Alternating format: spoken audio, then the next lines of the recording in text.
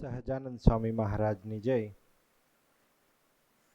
અક્ષર પુરુષોત્તમ મહારાજની જય, શાસ્ત્રીજી મહારાજની જય, યોગીજી મહારાજની જય, ગુરુહરિ હરિપ્રસાદ સ્વામી મહારાજની જય જય જય, પ્રગટ ગુરુહરિ પ્રબોધ સ્વામીજી મહારાજની જય જય જય, હરિપ્રબોધમ પરિવારની જય જય જય, હરિપ્રબોધમ અમૃત મહોત્સવની જય જય જય.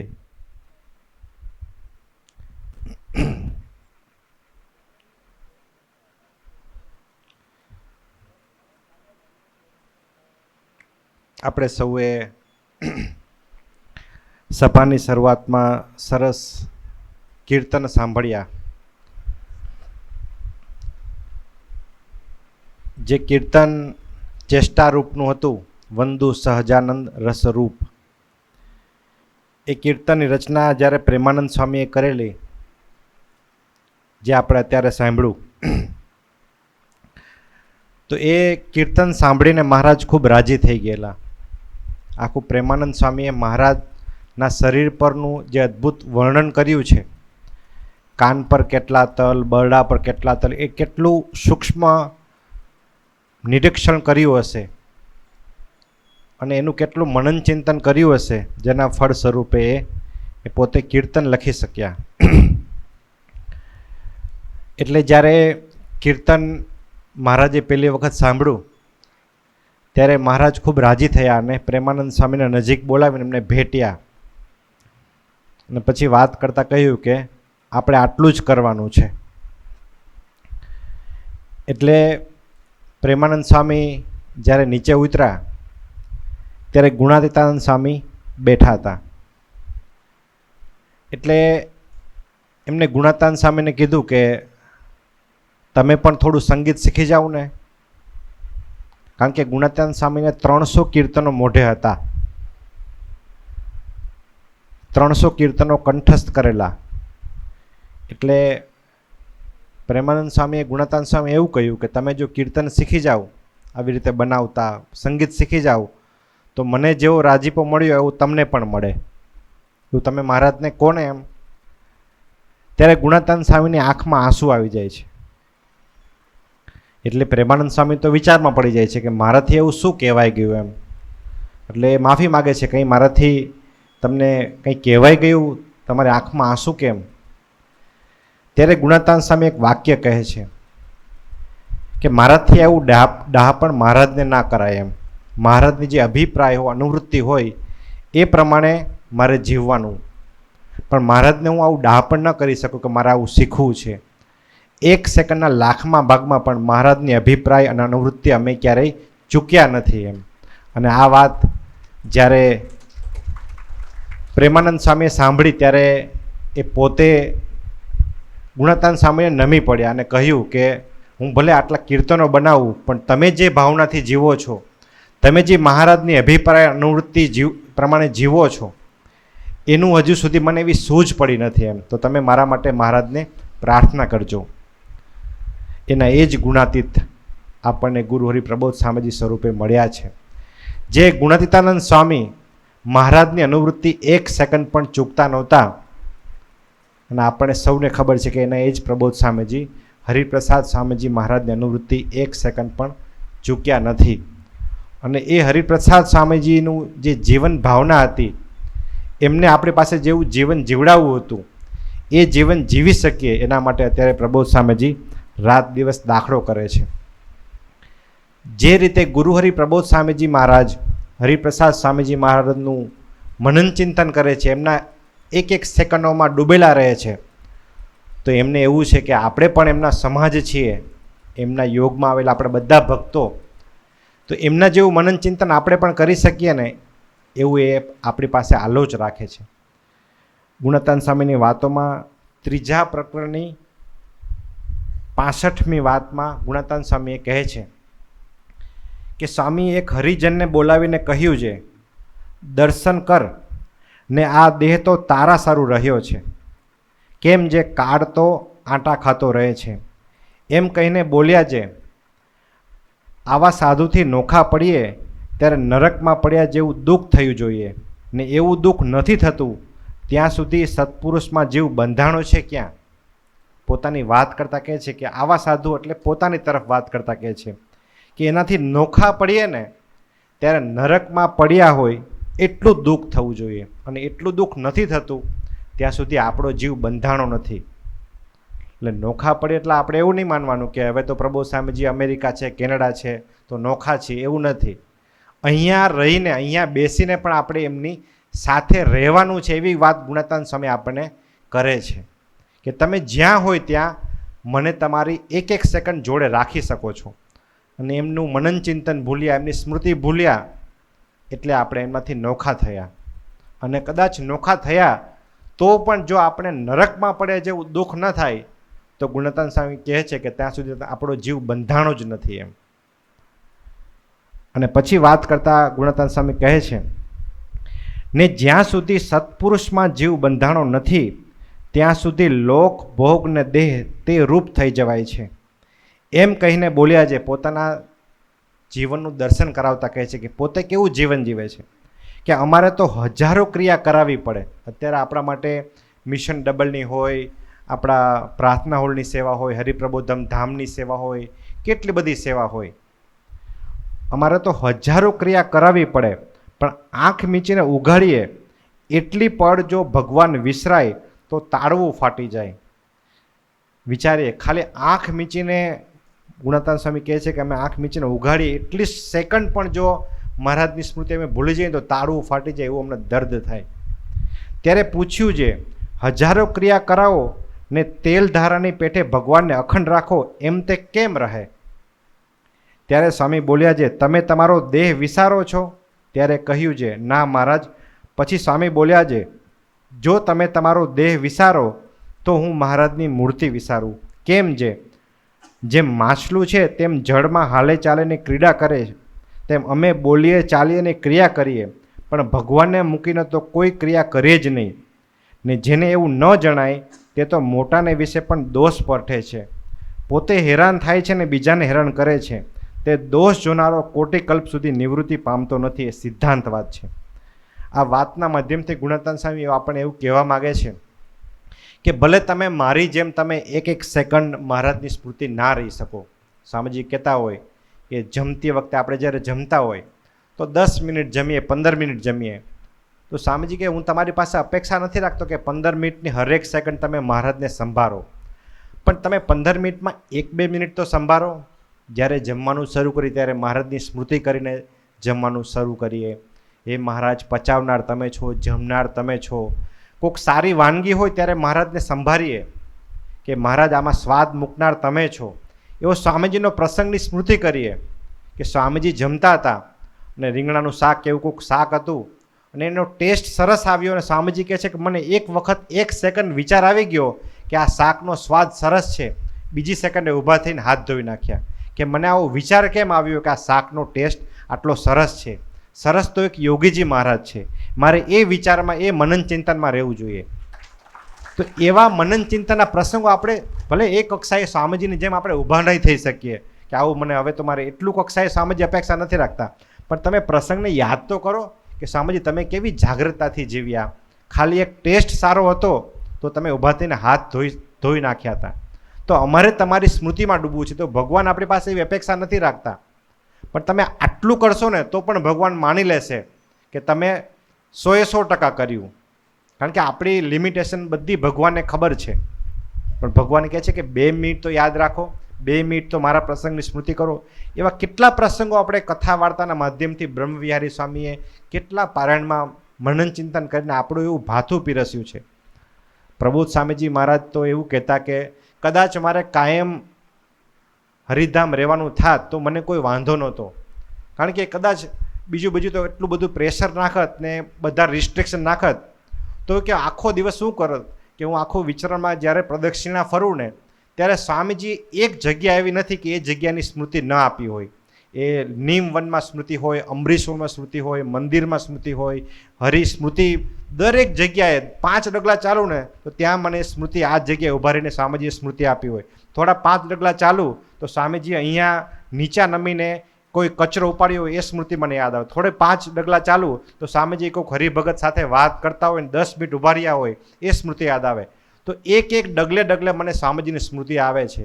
તો એ હું સ્મૃતિ કે મારું જીવન એમાં જ પસાર કરી નાખત, મને કોઈ વાંધો નહોતો.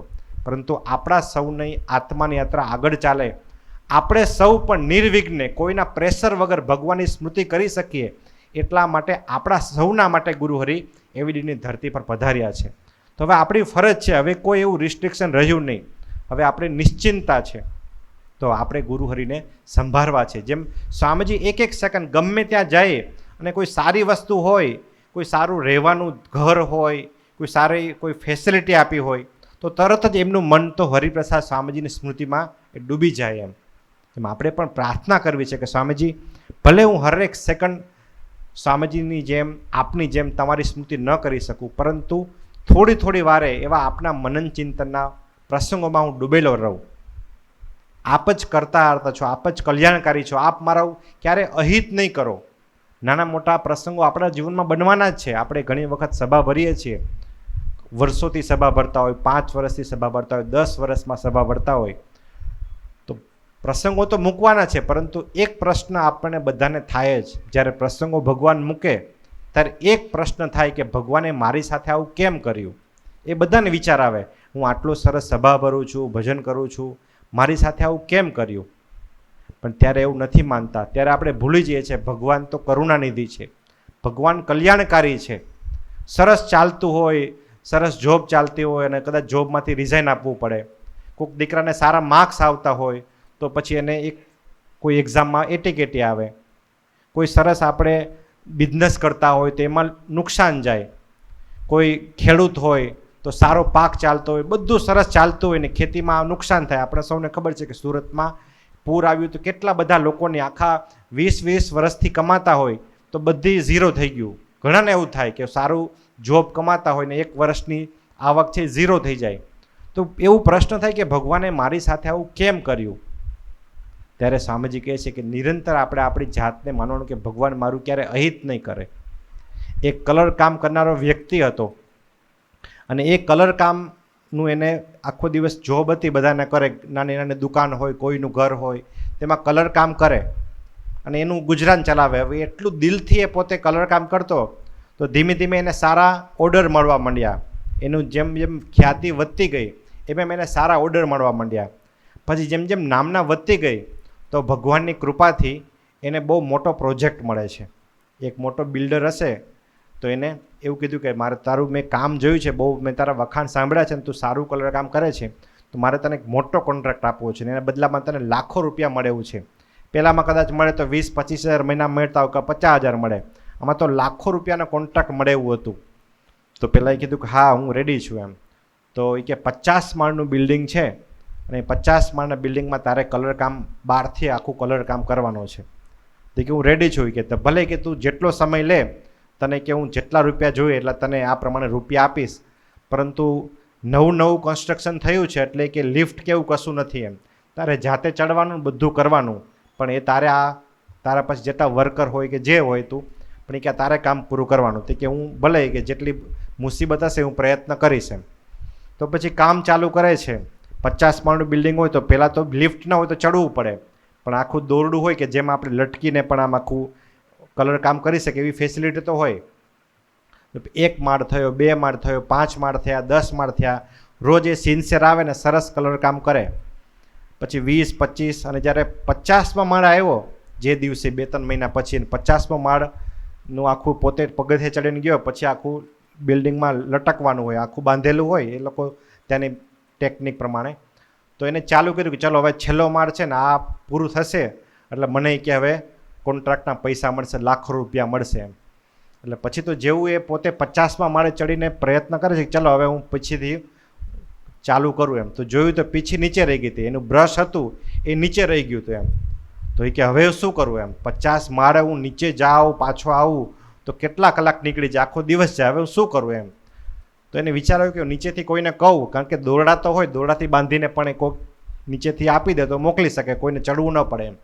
તો નીચે જોયું તો બધા તો પોતાની ધૂનમાં જતા હતા કંઈક ને કંઈક યાદ કરીને. એટલે એને કે હવે મારે બૂમો પાડી પણ કોઈ સાંભળે નહીં એમ.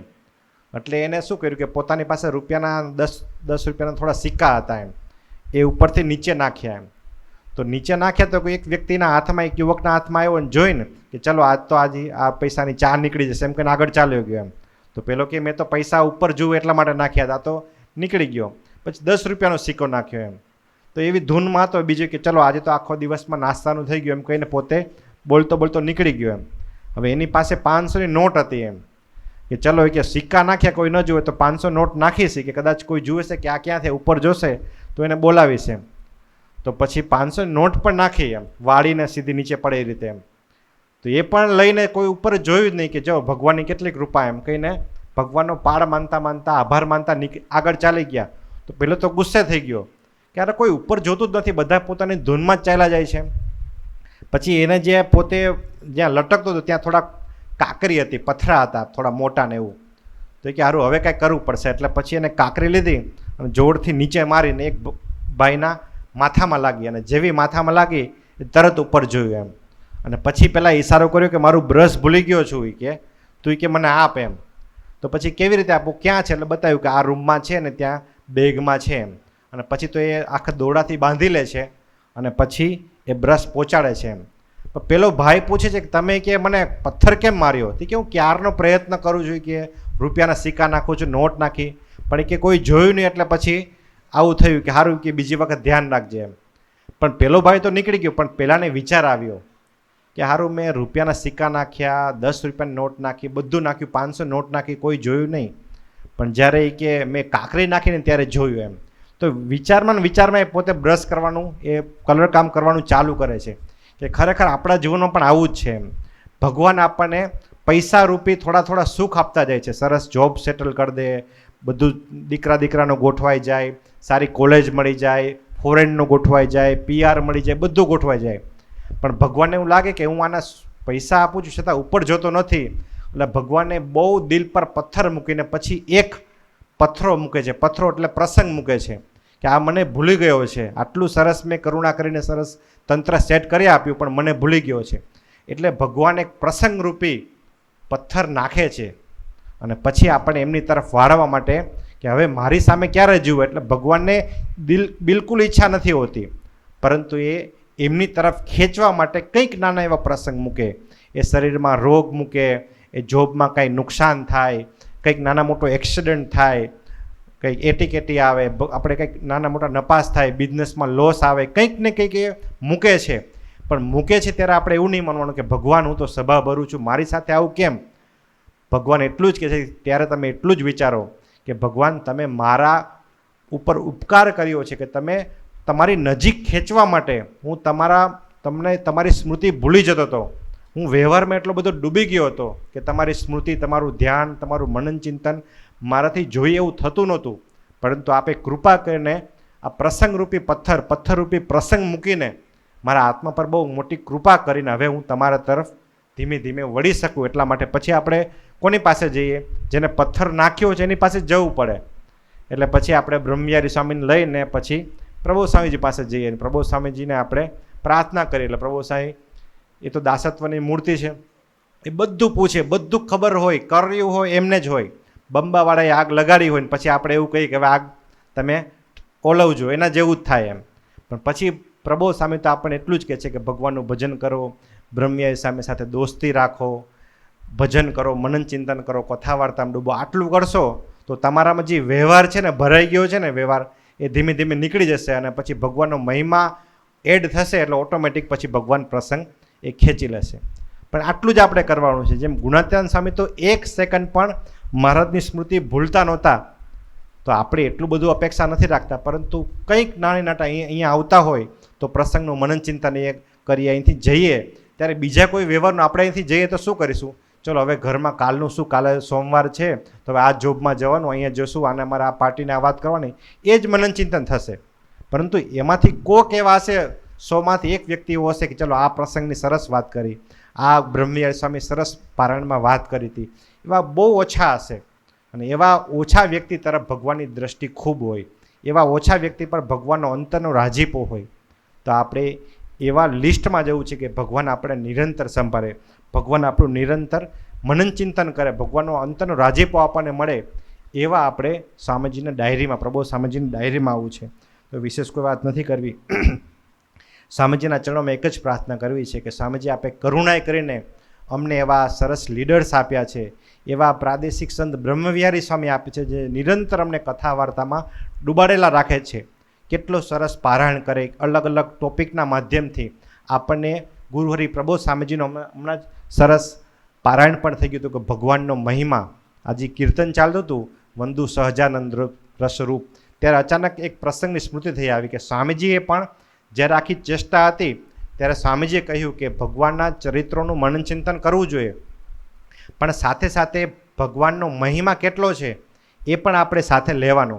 એટલે ચેષ્ટા પછી સ્વામીજીએ કહ્યું કે આપણે ભાગ્ય જાગ્યા રે આજ જાણવા, એ પણ કે આપણે ચેષ્ટામાં ઉમેરવું છે કે ભગવાનના ચરિત્રનું ચિંતન કરીએ, પણ સાથે સાથે એ ભગવાન કેવા છે, એનો મહિમા કેટલો છે, એ પ્રસંગનું મનન ચિંતન નહીં હોય તો પછી આપણો સાચું ચરિત્ર, લીલા ચરિત્રનું મનન ચિંતન સાચા અર્થમાં ભગવાન સુધી નહીં પહોંચે. તો ભગવાનના મહિમામાં આપણને સૌને બ્રહ્મવિહારી સ્વામી પારાયણના માધ્યમથી આપણે ડૂબાડે છે. તો આપણે સૌ ભક્તો એક જ ગુરુહરિના ચરણે પ્રાર્થના કરવી છે કે હે ગુરુહરિ પ્રબોધ સ્વામીજી, આપે કૃપાએ કરીને આપના જીવન દર્શન દ્વારા ઘણી બધી વખત દર્શાવ્યું છે કે આપ હરિપ્રસાદ સ્વામીજીમાં ડૂબેલા રહો છો, આપ એમનું હરેક સેકન્ડ મનન ચિંતન કરો છો. તો અમે પણ આપના ચરણોમાં એક જ પ્રાર્થના કરીએ કે જ્યારે પણ અમને સમય મળે ત્યારે અમારું મન વ્યવહારમાં ડૂબે. ગુણાતીતાનંદ સ્વામીની વાતમાં લખ્યું છે કે કરોડ કામ બગાડીને એક મોક્ષ સુધારી લેવો. તો અમારે મોક્ષ સુધરે એના માટે અમે થોડું મનન ચિંતન કરીએ, થોડું આપની સ્મૃતિ કરીએ. તો એ રીતે સ્મૃતિ કરવાનું બળ મહારાજ આપણને સૌને આપે, એ જ પ્રાર્થના સહજાનંદ સ્વામી મહારાજની.